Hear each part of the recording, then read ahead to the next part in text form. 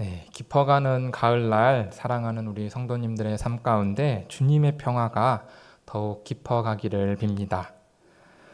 지난 월요일이었어요. 아내랑 같이 이제 아가들이랑 공원에 이제 산책을 나갔는데 이제는 제법 예쁘게 단풍이 들었더라고요. 아이들도 이제 걸음마를 시작하고 나서 이제 처음으로 가을을 맞이하는 거라서 그런지 유독 이렇게 낙엽이 쌓여 있는 것들을 신기해 하더라고요. 그래서 한참 낙엽 위에 올라가 가지고 막 바스락 바스락 밟고 다니다가 있었는데 제가 그 모습을 이렇게 지켜보면서 그런 생각이 이렇게 들더라고요. 또 시간이 또 언제 이렇게 빨리 갔나. 올 한 해도 벌써 끝나가고 있구나. 그런데 우리 애들은 언제 클까 이 생각이 들더라고요. 이놈들은 언제 커서 자기 앞가림을 할까? 이 생각을 하고 나니까 앞이 캄캄해지는 거예요. 저는 지금 체감으로는 한 4, 5년이 지난 것 같은데 아직 두 돌이 안 됐어요. 네, 시간은 빨리 가는 것 같은데 애들은 참 안 크는 것 같더라고요. 그런데 어른들 이야기를 들어보면 또 달라요. 지금이 제일 좋을 때라고 그러시는 거예요. 본인들은 다 졸업하셨다고 이제 편하게 얘기하시는 거죠. 그마저도 지금은 힘들지 몰라도 빨리 지나가기 때문에 아쉬운 때가 오신다라는 거예요. 그만큼 인생이라는 게 짧고 덧없이 지나가기 때문이다라는 거죠. 그런데 가을이 되고 나면은 이 낙엽처럼 금방 사라지는 인생사가 더욱더 유독 생각나고 우리 마음에 다가오는 것 같습니다. 비슷하게 이 덧없고 아이러니한 인생사를 말해주는 게 또 하나가 있어요. 러시아의 그 어느 시골 마을에 가보면은 길이가 한 2m 정도 되는 무덤이 있는데요. 누구의 무덤일까요? 네, 빠음이라는 한 농부의 무덤입니다. 이 사람은 무슨 사연으로 또 이 무덤에 묻히게 되었을까요? 황당하게도 이 사람은 하루 동안 너무 많이 걷고 뛰어서 몸을 혹사시키는 바람에 피를 토하면서 갑작스럽게 죽게 됐어요. 그 뒷배경 이야기를 이렇게 들어보면은 참 황당하고 덧없는 인생이다라는 생각이 듭니다.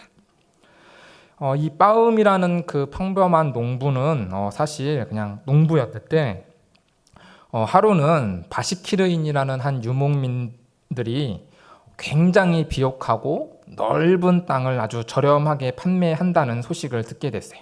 그래서 그 땅을 사기 위해 찾아갔고 거래를 하게 되었는데 거래 조건은 상당히 간단했어요. 1000루블이라는 일정 금액만 내면은 하루 동안 걸으며 표시한 그 땅을 그냥 받는 거예요. 단 조건은 해가 질 때까지 그 시작점으로 돌아오지 못하면 땅도 없고 이미 낸 금액도 돌려받지 못한다라는 조건이었어요. 아시죠? 어떤 이야기신지? 네. 이 빠움은 아침 일찍 일어나서 출발했지만 기름지고 좋은 땅을 조금이라도 더 차지하려는 욕심을 부리다가 시작점에 돌아오지 못할 위기에 처하게 돼요. 그래서 죽을 힘을 다해서 달렸고 해가 지기 전에 간신히 시작점에 도착했는데 너무 무리한 탓에 그 자리에서 피를 토하며 죽게 되었다라는 거예요. 그렇게 이 빠음이 마지막으로 차지하게 된 땅은 겨우 2m 남짓한 이 무덤 한 켠 뿐이었다라는 거예요. 그런데 이 모든 사건의 시작으로 올라가서 살펴보게 되면은 이걸 그저 황당한 이야기로 치부하기 이전에 한번 우리 영혼과 인생을 돌아봐야 한다는 중요한 이유를 하나 발견하게 돼요. 이 빠음에게 이러한 유혹이 찾아오게 된 배경을 살펴보면 자기에게 필요한 만큼의 땅이 충분히 허락된다면 자기는 그 누구도 부러워하지 않고 그 누구도 두려워하지 않을 자신이 있다는 그 교만한 마음이 있었어요. 자신의 검소함을 맹신했던 그 빠음의 교만함을 보고 나서 한 악마가 그 교만함을 시험해 보고자 결심하게 되면서 이 재앙이 찾아오게 되었다라는 거예요. 이것이 바로 세계적인 대문호 톨스토이의 단편소설 사람에게는 얼마만큼의 땅이 필요한가의 내용을 거꾸로 따라가 보며 발견하게 되는 인간의 본질이었습니다. 빠음은 자기 자신을 맹신하는 교만함을 보여줬어요. 그 교만함 때문에 자기 눈에 보이는 좋은 땅들을 모두 가질 수 있을 거라는 그 잘못된 판단을 하게 되는 오만함을 보이게 됐고, 그 오만함 때문에 감당 못할 발걸음을 내딛는 바람에 그 끝에 파멸에 이르게 되었다라는 거예요. 이 소설의 이 마지막 문장, 농부가 차지할 수 있었던 땅은 그가 묻힌 3아르신, 약 2m 크기만큼이었다라는 이 마지막 문장을 읽게 되면서 우리는 비로소 깨닫게 되고 이야기할 수 있게 돼요. 교만하면 안 되겠구나. 우리의 시선과 기준이 오만하면 안 되겠구나. 그 오만함 때문에 감당하지 못할 일에 힘쓰다가 파멸을 자초해서는 안 되겠구나. 이 사실을 깨닫게 된다라는 거죠. 그리고 그렇게 깨달은 사실 하나는 오늘 시편 131편의 말씀을 듣는 우리에게 또 다른 사실 하나를 일깨워 준다라는 겁니다. 경험하지 않았다면은 이 고백을 할 수 없었겠구나. 교만하고 오만하고 감당 못할 일 때문에 미치도록 아파하지 않았다면 이 고백을 할 수 없었을 거다라는 거예요. 이 시편 131편의 고백이 담담히 써내려가고 있지만 시인이 이 고백을 내뱉기까지 얼마나 많은 시간 동안 교만했고 오만했고 감당 못할 일에 휘둘리면서 그토록 괴로워하고 아파하고 후회했을까 생각해 보아야 한다라는 겁니다. 내 안에서 휘몰아치는 이 교만한 마음, 더 높아지고 싶고 더 대단하고 싶고 내 눈에 보이는 모든 것들을 내 손에 장악하고 싶고, 그래서 내 주위에 있는 모든 사람들을 짓밟아서라도 그 위에 군림해야 되겠다는 그 마음 때문에 이 사람이 얼마나 많은 다툼을 야기하고 갈등하고 그것을 경험했겠느냐라는 거죠. 그럼에도 불구하고 내 안에서 타오르는 이 교만과 욕망을 어찌할 길이 없어서 그렇게 노예처럼 질질 끌려다니는 삶을 살았던 이 사람만이 이 고백을 할 수 있었다라는 거예요. 정말 주님께 진심을 담아서 주님, 이제는 정말 그러고 싶지 않습니다라는 고백, 그 마음을 토로할 수 있었다라는 거예요. 그 말 한마디를 내뱉기까지 이 사람이, 이 시인이 얼마나 많이 하나님을 원망했을까요? 자신을 저주하면서 얼마나 지옥 같은 삶을 살았을까 한번 고민해 보아야 한다라는 거죠. 그런데 그 시인은 그 수많은 일들을 경험하면서 정말 할 말이 많고 쏟아내고 싶은 것들이 참 굴뚝 같았을 텐데 오히려 지금 이 시편에서는 고요하게 그 이야기를 담담히 풀어내고 있어요. 우리가 상상했던 것만큼 그렇게 큰 일은 없었기 때문에 그랬을까요? 아니면 마음에 그렇게 큰 부담을 느끼지는 않았기 때문에 그랬을까요? 아닐 거예요. 만약 그랬다 한다면은 이런 이야기조차 꺼내지 않았겠죠? 그냥 가볍게 넘어갔을 수도 있어요. 그런데 그럼에도 불구하고 이 고백이 이렇게 나긋하게 흘러나왔다라는 것은 이 이야기가 이 사람이 정말 오랜 세월 닳고 닳았다라는 것을 뜻해요. 정말 외롭고 고단했던 그 삶을, 홀로 방황했던 그 삶을 너무나 많은 시간을 들이며 고생했기 때문이다라는 거죠. 그가 살아왔던 인생, 그가 교만했고 교만해서 아팠고 그래서 후회했을 그 기나긴 역사가 어떤 역사였는지, 그 기나긴 여정이 구체적으로 어떤 흐름이었는지 성경은 그 모든 사건을, 그 모든 감정의 흐름을 자세히 묘사하고 있지는 않아요.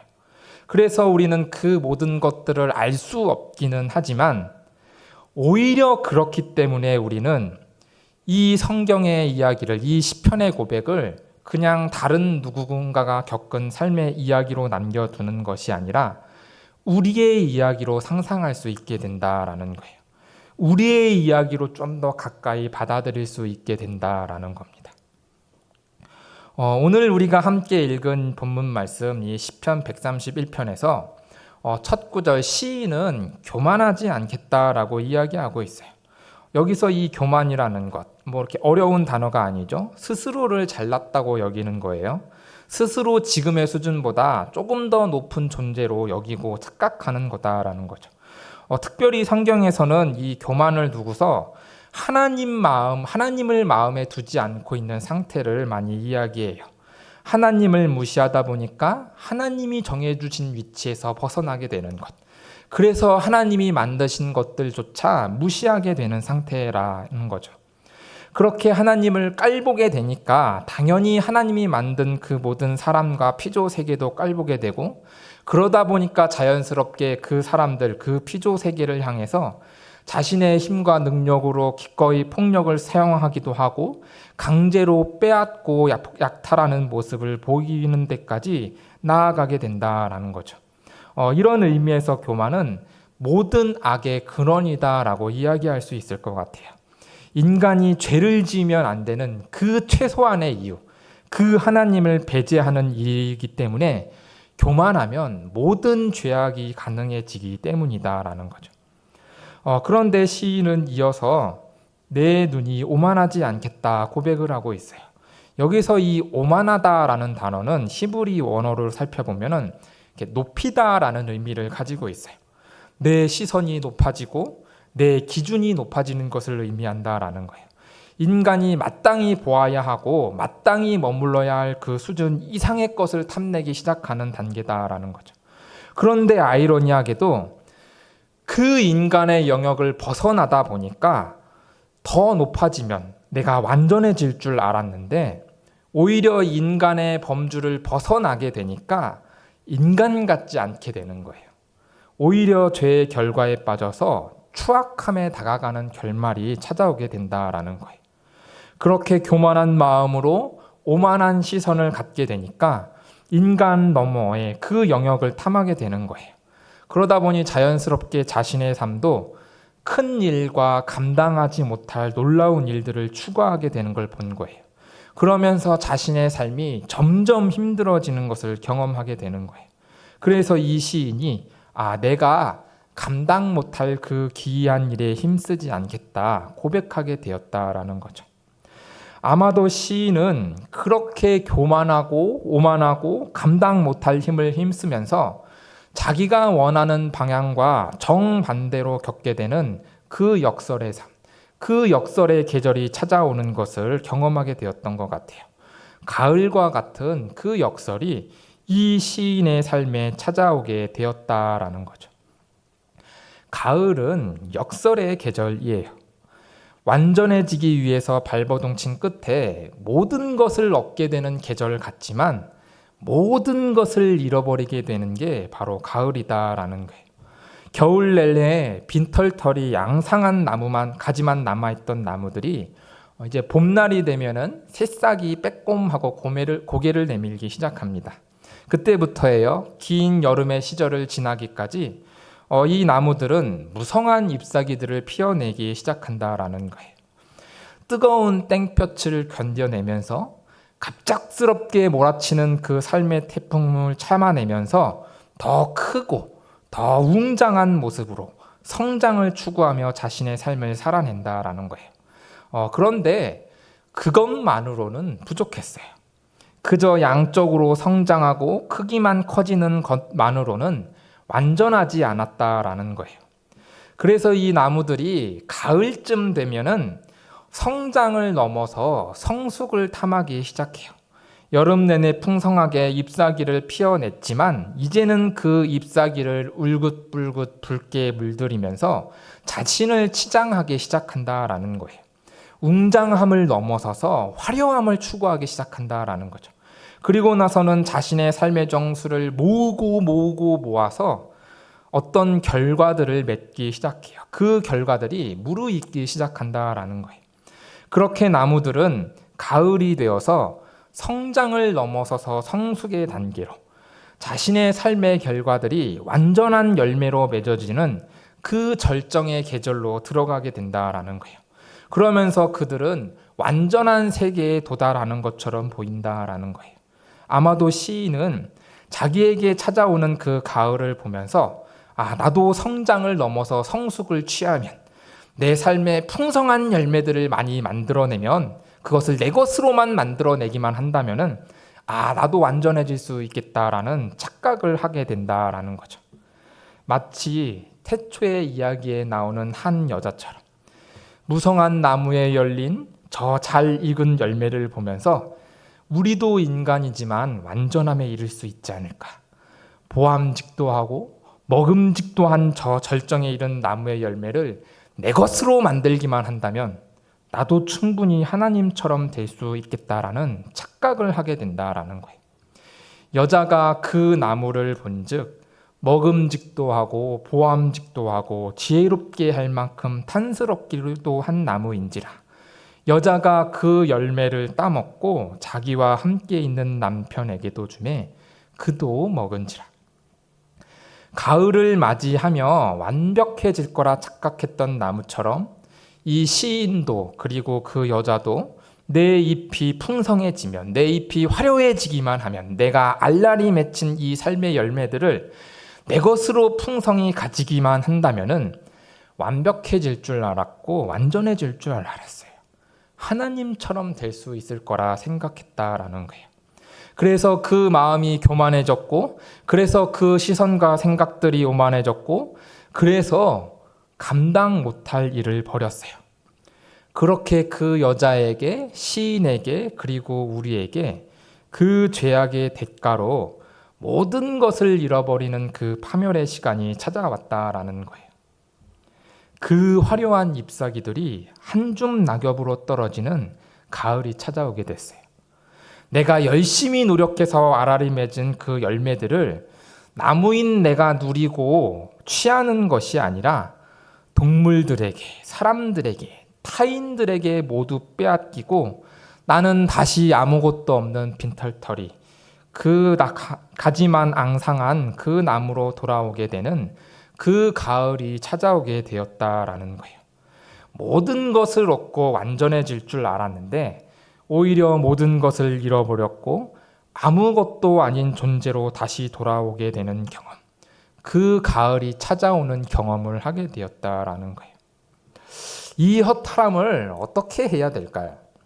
더 나은 존재가 되고 싶었고 그래서 더 완벽한 삶을 살고 싶은 이 마음이 내 안에 요동쳐서 미쳐버릴 것 같은데 그래서 보암직도 하고 먹음직도 한 이 삶의 열매들을 맺으려고 그렇게 내 시선과 기준을 높게 잡아보기도 하고 큰일과 감당 못할 일들을 이루려고 그렇게 찾아 헤매었는데 내가 완전함에 이르는 것이 아니라 타락함에 함몰되는 모습을 보게 되는 거예요. 뭔가를 다 얻을 줄 알았는데 전부 잃어버리는 그 경험을 하게 되었다라는 거죠. 그 상황에 놓인 신, 그 상황에 놓이는 우리들은 어떻게 해야 될까요? 교만한 마음을 낮추면 될까요? 어떻게 하면 교만한 마음이 낮아지나요? 이미 나는 내 마음을 어찌할 길 없어서 노예처럼 끌려다니는 삶을 살다가 이 바닥에 왔는데 무슨 방법이 있을까 싶어요. 이미 내 마음은 실패했는데. 나의 시선을 조금 낮추면 될까요? 내가 좀 작고 초라한 일들만 쫓아다니면서 내 스스로를 좀 자학해보고 내 스스로를 좀 비굴한 상황에 이렇게 몰아넣어 보면은 그러면 내 마음이 좀 낮아질까요? 겸손해질까요? 아니에요. 애초에 그런 것들을 감당할 능력도 안 되거니와 그래봤자 내 안에 욕망만 불타오르는 것을 경험할 뿐이었어요. 그러면 어떻게 해야 될까? 시인은 어떻게 했을까요? 재밌게도 시인은 그 교만과 오만과 감당 못할 일에 힘쓰는 것을 멈추기 위해 선택했던 것. 그것은 뭔가 죄를 뒤집어 쓰고 막 비굴한데 스스로 처하면서 스스로 겸손하려고 아둥바둥하는 게 아니었다라는 거예요. 그냥 내 영혼을 고요히 하며 평온하게 하는 거였어요. 여기서 고요히 하게 했다라는 거는 사일런스, 침묵을 의미하고요. 평온하게 했다라는 거는 히브리어로 샤마트, 안식하는 거였어요. 쉬는 것. 시인은 조용히 침묵했고 주님 안에서 쉬는 것을 선택했다라는 거예요. 시인이 그 수많은 고민을 하면서 방황하면서 이것저것 해보면서 다양한 방법들을 간구했을 텐데 왜 그 수많은 선택들 가운데 이 선택을 하게 되었을까? 왜 그런 선택을 하게 되었는지 성경은 이야기하고 있지 않아요. 아마도 하와가 만약에 자기 안에 시끄럽게 들려왔던 그 뱀의 유혹, 하나님처럼 될 거라는 그 이야기 앞에서 조용히 침묵했다면, 그러면 교만에 빠지지 않았을 텐데 그런 생각을 하면서 이렇게 조용히 했을까요? 예, 그랬을지도 모르겠어요. 자기 시선을 오만하게 굴리지 않고 그 안식 가운데 들어가신 주님 곁에 딱 붙어서 나도 그냥 쉬는 것을 택했다고 한다면 그러면 감당 못할 일을 헤매이는 이 헛된 발걸음이 없었을지도 모르겠다라는 생각을 하면서 주님 곁에 앉아서 쉬는 것을 선택했었을까요? 네, 그럴지도 모르겠어요. 그런데 시인이 자기 안에 날뛰는 그 교만과 욕망의 소리 앞에서 잠시 침묵하면서 마치 젖된 아이가 엄마 품에 안겨 있듯이 하나님 품 안에 잠깐 앉아서 쉬기를 선택했을 때 시인은 오늘 2절의 그 말씀의 고백처럼 실로 젖된 아이와 같은 평안함을 느낄 수 있었다라는 거예요. 이것이 시인에게 그 오랜 생활 방황하며 닳고 닳았던 그 시인의 영혼 가운데 하나의 답으로 다가오게 되었다라는 거예요. 그러면 우린 궁금하죠? 젖된 아이가 엄마 품에 안겨 있듯이 하나님 곁에 머물면서 쉰다라는 그건 도대체 무엇을 의미하는 것일까?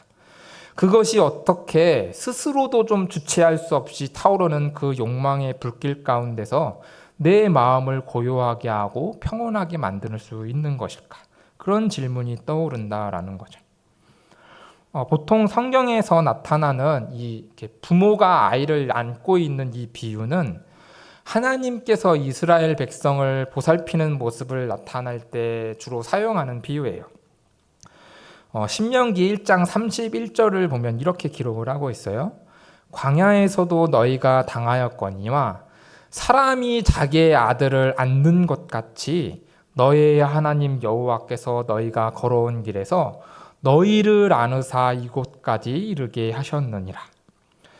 일반적으로 이렇게 부모에 대한 어떤 아이의 의존성을 빗대어서 하나님에 대한 이스라엘의 그 의존적인 관계를 드러내고자 할 때 이런 비유를 사용한다라는 거예요. 그런데 사실 이걸 좀 생각해 본다 해도 좀 이해가 안 되는 부분이 있어요. 왜 젖된 아이를 이야기하는 걸까요? 만약에 하나님에 대한 어떤 의존을 좀 강조하려고 한다면은 사실 젖된 아이보다는 아직 젖을 떼지 못한 갓난 아이를 언급하는 게 더 어울리는 묘사다라는 거예요.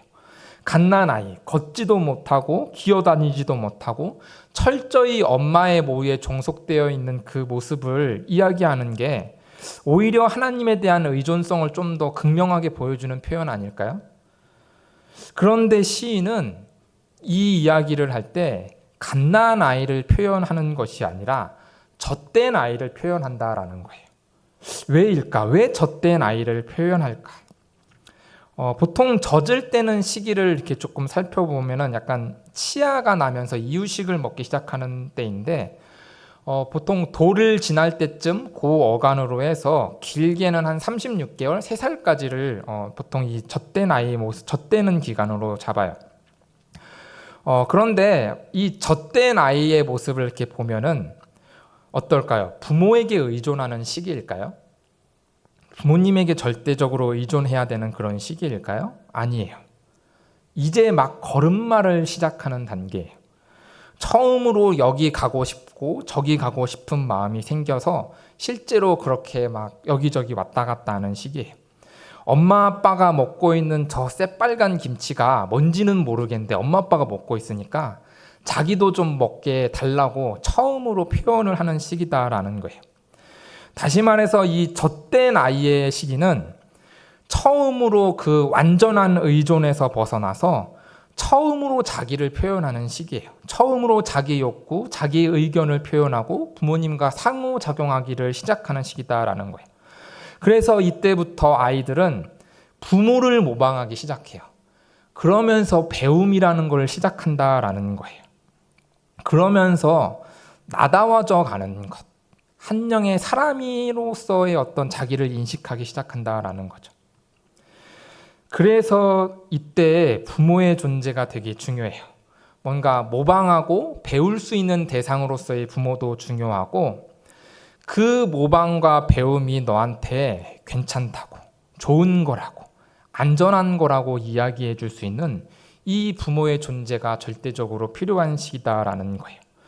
젖된 아이가 처음으로 자기의 삶을 시작하면서 부모의 사랑과 지지를 이렇게 받아야지만, 내가 이 땅 가운데 이렇게 살아도 이렇게 존재해도 된다는 그 느낌을 받기 시작한다라는 거예요. 자존감을 느끼게 되는 시기다라는 거예요.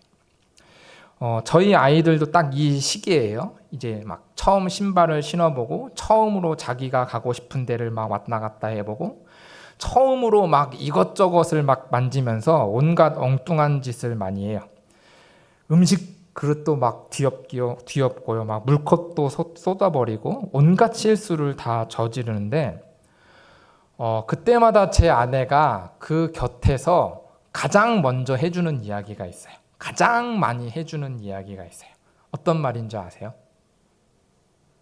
예, 맞아요. 괜찮아. 괜찮아. 저는 이 시편 말씀을 읽으면서 젖된 아이 같았던 이 시인이 그 엄마 같은 하나님 품에 안겨 있을 때 들었던 음성이 괜찮아 였을 것 같아요. 괜찮아. 괜찮아. 완전하고 싶지만 그럴 수 없어서 괴로운 마음이 그 주님 곁에 머물러 있으면서 안식할 때 느껴졌던 그 느낌이 있었을 것 같아요. 하나님이 주시는 그 자존감, 자신이 존재해도 된다는 그 느낌. 나는 완벽해야 되는 줄 알았는데, 나는 완전해야지 나의 존재가 의미 있는 줄 알았는데, 그래서 그 오랜 세월을 살아가면서 어쩔 수 없이 교만해야 됐고 오만해야 됐고 감당 못할 일들을 하면서 어떻게든 내가 내 존재를 증명해야 되고 내가 내 존재를 느껴야만 했었는데, 주님 곁에 앉아서 그냥 쉬고 나니까 괜찮은 느낌이 드는 거예요. 자신이 비록 부족하지만 그 품에 안겨 있을 때, 그 하나님의 사랑과 지지를 느끼고 있을 때, 처음으로 내가 이 땅 가운데 존재해도 괜찮다라는 느낌을 느끼게 된 거예요. 그래서 고백하는 거예요. 이제는 내가 교만하지 않아도 되겠구나. 이제는 내가 오만하지 않아도 되겠구나. 이제는 내가 감당 못할 일로 내 자신을 존재를 증명하지 않아도 되겠구나. 왜냐하면은 내가 이루는 완전함 때문이 아니라 하나님 때문에 내가 비로소 이 땅에 존재해도 괜찮다라는 것을 느꼈기 때문이다라는 거예요. 불완전해도 괜찮아. 교만과 오만과 감당한 못할 그 일 때문에 너의 영혼이 닳고 닳아도 괜찮아. 하늘 아빠 품에 있으니까 괜찮아. 가을처럼 너의 모든 것을 얻었다, 모든 것을 잃어버리는 경험을 한다 해도 이제는 괜찮아. 그 음성을 듣게 되었다라는 거예요. 어린 아이가 부모의 지지 가운데 스스로에 대한 존중을 배우듯이, 인간은 오직 하나님으로부터만 자신이 이 땅 가운데 존재해도 괜찮다는 그 느낌을 받게 된다라는 거예요. 그 하나님과의 교감이 완전함을 갈망하는 그 인간의 영혼을 채워질 수 있고, 그 존재의 의미를 느끼게 해주는 가장 근원적인 부분이다라는 거예요. 이 시간 우리 함께 찬양하며 기도 가운데 나아갈 건데요. 오늘 이 시간 우리가 어린아이와 같이 그 하나님 품에 안긴 우리가 그 하나님으로부터 전해지는 느낌을 느꼈으면 좋겠어요. 그 사랑의 느낌이 나에게 내 자신이 존재해도 괜찮다라는 그 느낌, 하늘이 주시는 그 자존감이 우리 영혼 가운데 가득하기를 주님의 이름으로 축복합니다. 세상은 교만하지 않으면, 오만하지 않으면, 감당 못할 큰 일들을 해내지 않으면 우리의 존재가 의미 없다 이야기할지 모르겠지만, 하나님 품 안에서 느끼는 그 느낌, 우리 하나님께서 주시는 그 자존감만이 우리의 존재를 정말 의미 있게 한다는 것을 우리 성도님들은 늘 잊지 않고 기억할 수 있었으면 좋겠습니다.